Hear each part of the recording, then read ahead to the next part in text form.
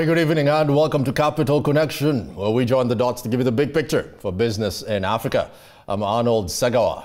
On the agenda, an exclusive and wide-ranging interview with Zimbabwe's Minister of Finance, Mthuli Ncube, and with man-made climate change, weather events such as Cyclone Idai are becoming a more common occurrence. Governments often lean on the military for the search and rescue operations in the aftermath of natural disasters. But budget-wise, it's like using a high-end SUV to pull a plow. Is it time to establish state-funded civilian disaster response units and use some of the military's overblown budgets to pay for it?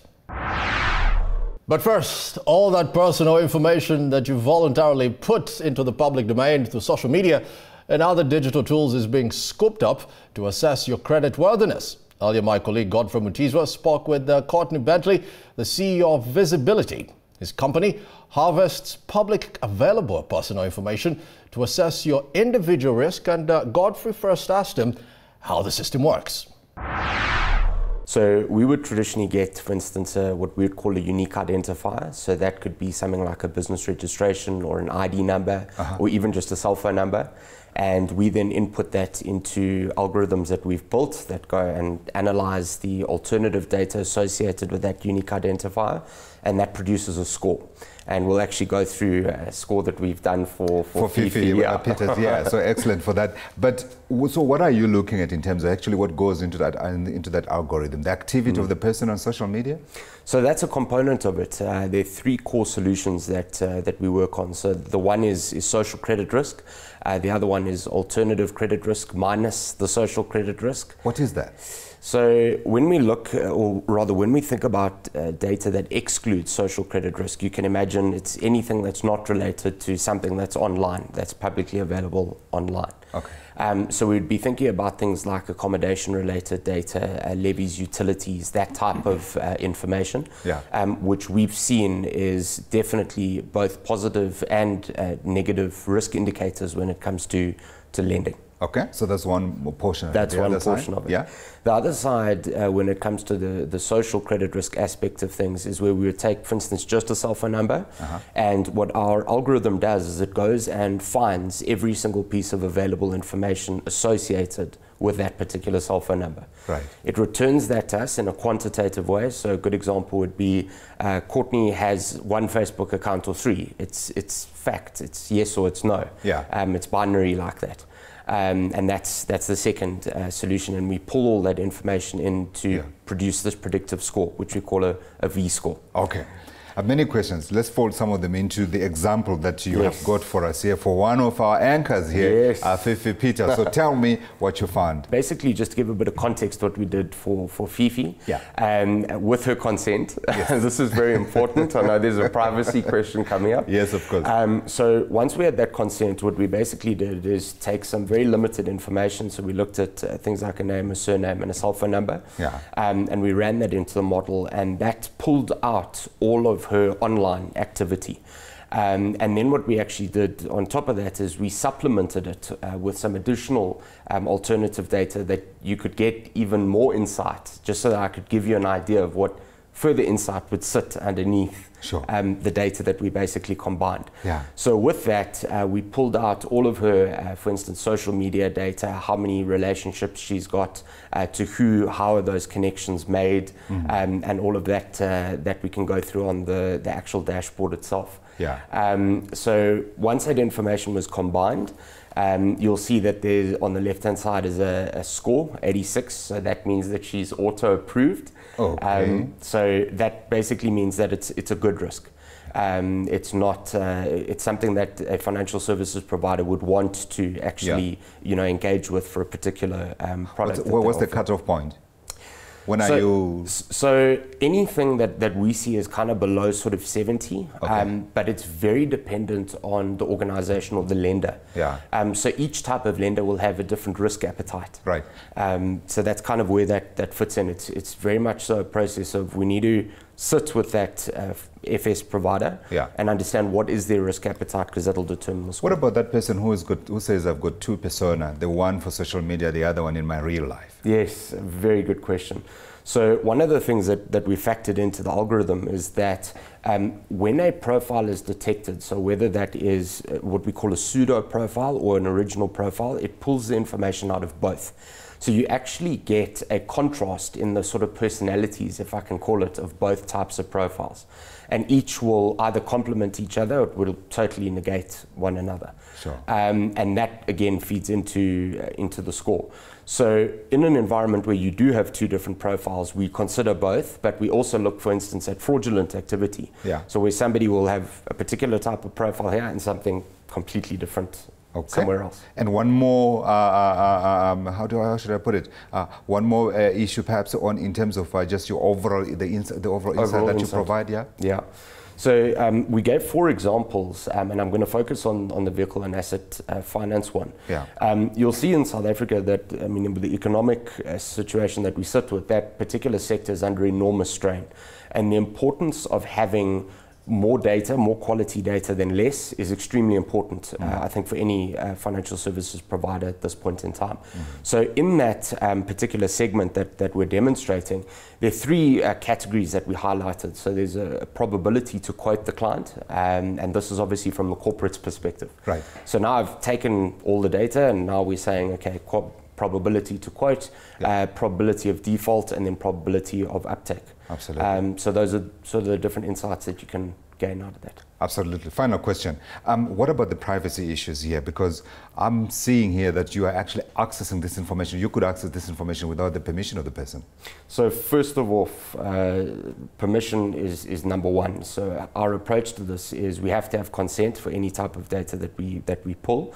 And in the social context, that consent can either be signing into somebody's profile where they actually authorize you to sign in. Okay. And the other component is the other information is publicly available. That was Courtney Bentley, who is the CEO of Visibility. Now, there is one budget line that governments guard jealously, and that's military expenditure. But a civilian Coast Guard is more efficient and more cost-effective than a blue water navy for ensuring the integrity of the country's territorial waters. Likewise, the formation of government-funded civilian disaster response units would have more bang for the taxpayers' buck than using the military for disaster response. Joining me via Skype is Robert Besling, who is Executive Director of Business Intelligence Risk Consultancy, ex-Africa. Robert, welcome to the show. Just give us a sense, oftentimes we do see budgets being read, and from the breakdown of the fiscus, it's no surprise often across sub-Saharan Africa that the defense budget is often astronomical, to put it plainly. Just give us a sense of how this can actually be adjusted, transparency, accountability maybe? This is, of course, a very pertinent issue at the moment, with many African governments releasing their budgets. And very often, defense procurement, defense imports, buying of military hardware, those budgets are increasing. However, we don't always know exactly the amounts by which these appropriations are being increased. And even though some governments, obviously, in Africa have real good reasons to increase their military spending. Some countries in North Africa or West Africa are facing insurgencies, the threat of terrorism or piracy or war, and have a good reason nationally to increase their military procurement budgets. But then other governments, of course, are more opaque on both the actual expenditure as well as the reasons why they're actually increasing this type of appropriation on their budgets. If someone listened to us right now, they could easily argue that if it wasn't for this massive spending on the military space, we wouldn't have GPS, radar, the internet, duct tape, drones, weather radar. The list is just endless. Isn't the spending actually justified if it is going into R&D? The spending is very often justified when it goes into R&D. Absolutely right. A lot of the current technologies that we have are indeed derived partially or sometimes completely from military R&D spending. But we have to also see that in Africa, a lot of the governments are procuring, essentially importing hardware and equipment from countries like Russia, the US, France, Germany, the major defense partners for many African governments. And very often these are types of hardware which are imported, very often do not create any real value to African economies, and certainly do not contribute to local jobs, employment, research and development. And as I said earlier, very often also, it's difficult to see why exactly, what the purpose is for these increased appropriations in military spending. Let's talk about the elephant in the room, which is a civilian approach to things, maybe a civilian Coast Guard as opposed to the traditional Blue Navy kind of approach to this. Is this something that could be the solution in the grand scheme of things? Well, Arnold, I think we can put this immediately into perspective of what's going on at the moment on the east coast of Africa, in the southern part of Africa, with the recent cyclone Idai, which, as most of your readers and your viewers will know, has got a casualty count now into the hundreds, displaced hundreds of thousands of people in Mozambique, in Malawi and Zimbabwe. Now, Mozambique is a country which over the past few years has spent billions of dollars on strengthening its naval securities, its naval defense force. And many of these vessels were debt financed, as we know from the scandal with the IMF that broke 3 years ago. And many of these vessels are now not being used appropriately, lying in harbor, not being maintained, and in some cases rusting in Mozambican ports. Now, this was an appropriation of billions of dollars, which was never properly justified to the Mozambican people or to the people who actually spent on the debt. Now, certainly in the framework and the scope of the recent disaster in Mozambique and the other neighboring countries, we have to ask ourselves, why was this amount of money spent on such a large military procurement when in fact it could have gone into disaster relief in an area which does face regular weather extremities? Two things, Robert. One is the Mozambique scandal.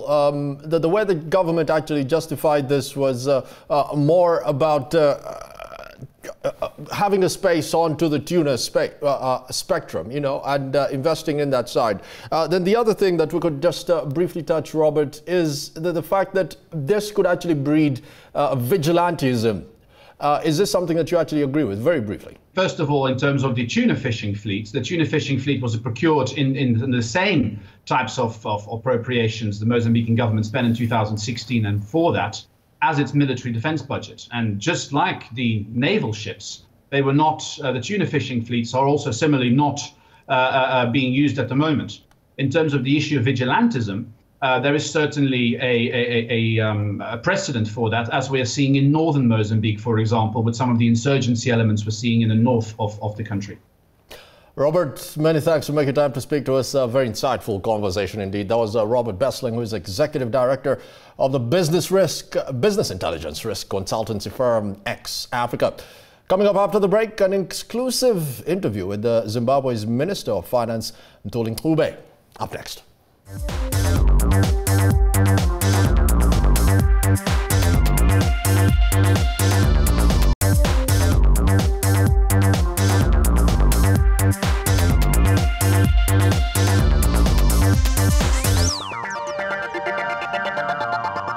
Welcome back to Capital Connection with me, Arnold Segawa. Now, earlier, my colleague and head of CNBC Africa programming, Chris Bishop, interviewed the former chief economist and vice president of the African Development Bank and now the current Zimbabwean Minister of Finance, Mthuli Ncube. His first question was about the impact of Cyclone Idai that has left a trail of destruction through Mozambique, Malawi and Zimbabwe.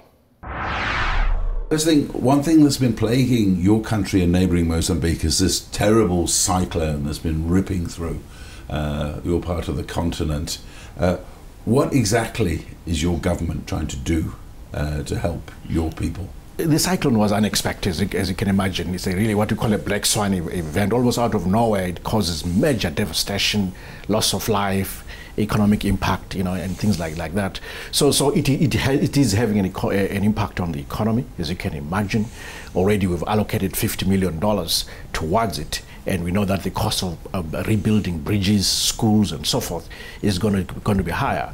So it's having an impact. It's going to ripple through. But we're doing quite a bit in terms of responding to it, logistics on the ground, right through organs of government, mainly led by the Minister of Local Government, coordinating everyone, finance providing the finance, the military playing their civilian role in peace times by handing out, all the goodies that need to be handed out. So everyone is playing their role to mitigate against this devastating and this is at a situation. time when government coffers probably can ill afford to give up $50 million. Indeed, of course, in terms of fiscal discipline, we need more of that, and we don't have much money to allocate around. So that's why we've had gone on an appeal, both domestically and internationally, to beef up government coffers. And we've been really pleased to see how ordinary Zimbabweans have come out, corporates have come out to support government in financing this issue. But also the international community has come out very strongly to support Zimbabwe. So one of the stories I read here this morning, they were saying that there's been scant mourning in Zimbabwe. How far true is this? Oh, the president declared 2 days of national mourning, so there is official mourning in Zimbabwe. Everyone feels so aggrieved, everyone feels so sad. How could this happen at this, moment in time, so suddenly, so unexpected? So there is mourning everywhere across Zimbabwe. Everyone feels aggrieved by this situation. And you say ordinary Zimbabweans, you say just people are coming forward and giving almost anything, you say? Well, absolutely. They're giving anything. It's blankets, it's food, it's medicines, it is cash. Some of it is coming through the churches, moving trucks back and forth. Some of it is, the international community. Some of it is just the corporates. They've set up hotlines to collect money by mobile phone, collect donations. And we at Treasury, the Minister of Finance, we record all of these donations, a way of collecting the information. So that at the end of the day, we can account for it and tell the donors where the money went. So it's been overwhelming in terms of the support. What about the economy now? You're still fairly new in the job, but it appears to everyone watching Zimbabwe from the outside that the economy is still struggling greatly. Yeah. We're pleased with the progress so far. If you look at our first order of business, which was fiscal discipline, we have recorded basically a surplus in terms of government spending over the last 4 months, averaging 100 million. So that's very good going. And it's showing because inflation is already coming down, because then the fiscus is no longer the threat to the inflation in terms through the currency volatility.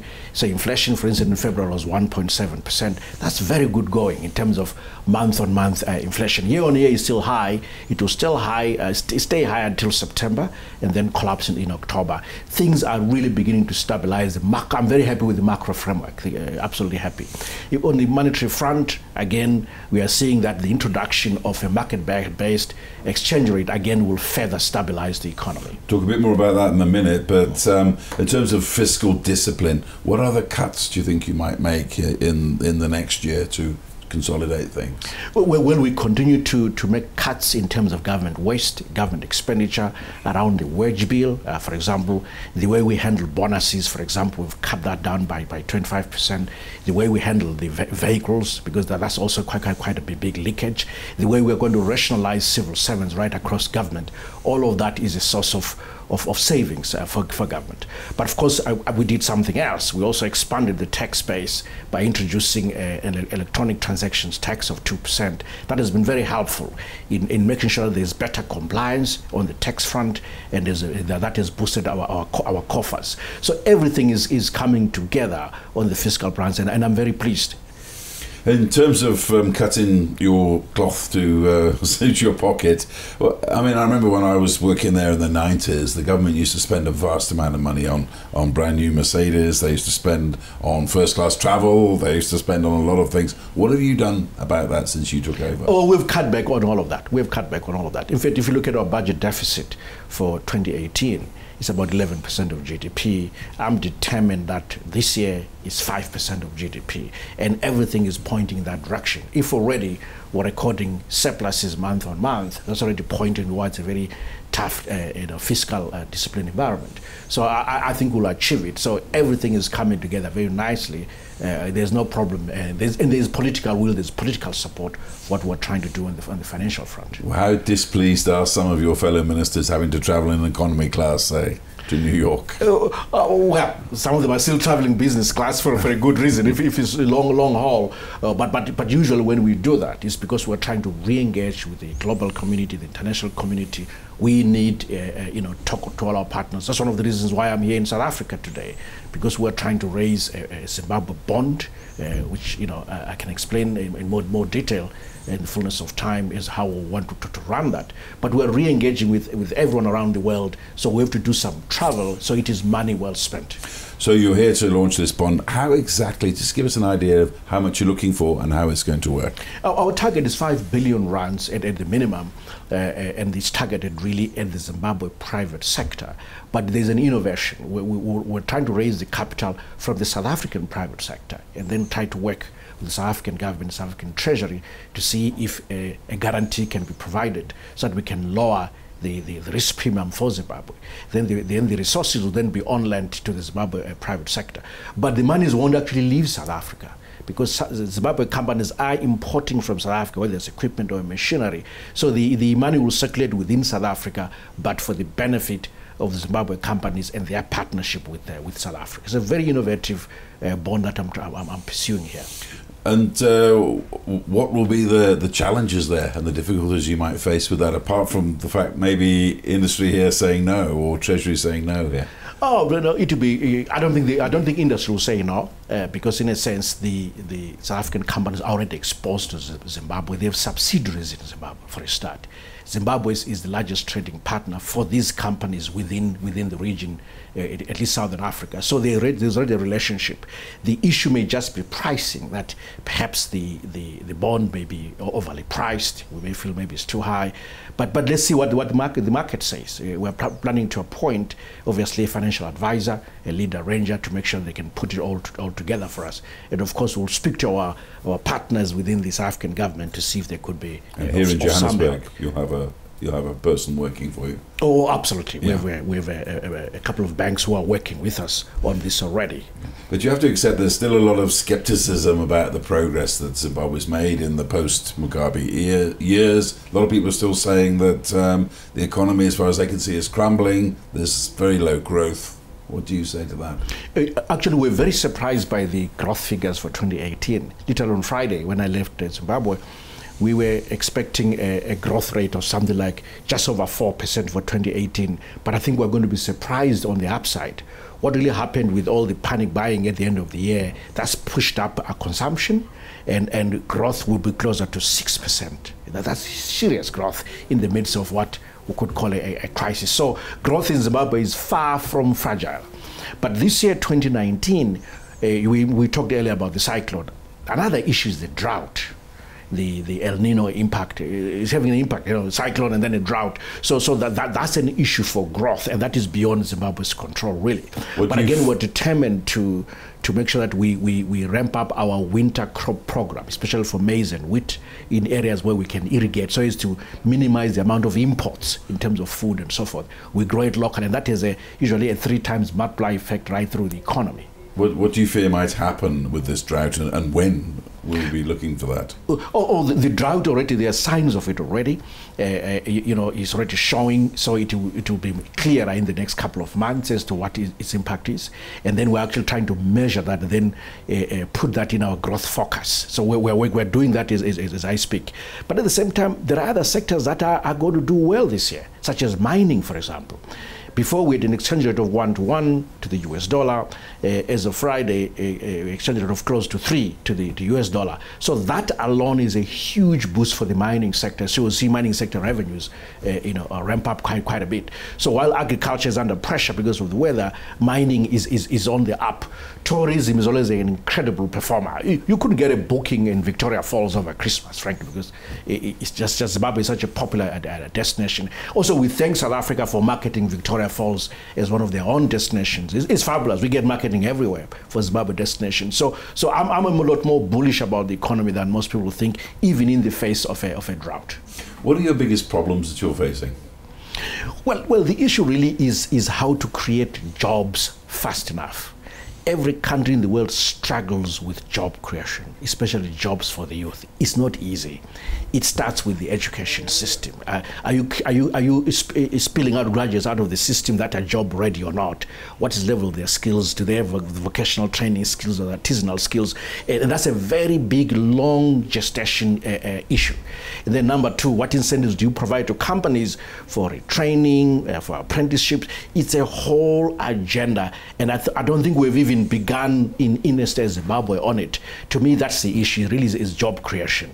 On the other areas, we're making very good progress. For instance, on partial privatization, I can't believe the speed at which we're moving. And on institutional reforms, we've made incredible progress. What are you likely to be privatizing in the near future then? We've already made a decision. In the last 2 months, we've targeted 5 parastatals. It's remarkable progress. The Grain Marketing Board, yes. GGMB, which is basically our grain security company. We're splitting that up into a grain security company owned by government and a private-led company for which we've invited private sector individuals to take over and let it go into the food industry. That's one. The other one is Allied Timbers, which controls 60% of Zimbabwe's forests, where we're cleaning up that company, strengthening the governance, strengthening management in preparation for inviting strategic partners. We're well on our way on that. And then there is also the 6 mining subsidiaries of what calls ZMDC, which are owned by government. And again, we're working on the data, trying to understand those companies better. And again, we'll be inviting private suitors to invest in those companies. And that is where we will have to leave it this time round. You can watch the full interview with Zimbabwe's Finance Minister, Mthuli Ncube, on CNBC Africa tomorrow at 7 p.m. Central African Time. Thank you to all my guests on tonight's edition of Capital Connection. Do join us again every Monday and Wednesday at 6:30 Central African Time. It's a good night from me, Arnold Segawa. For now, good evening.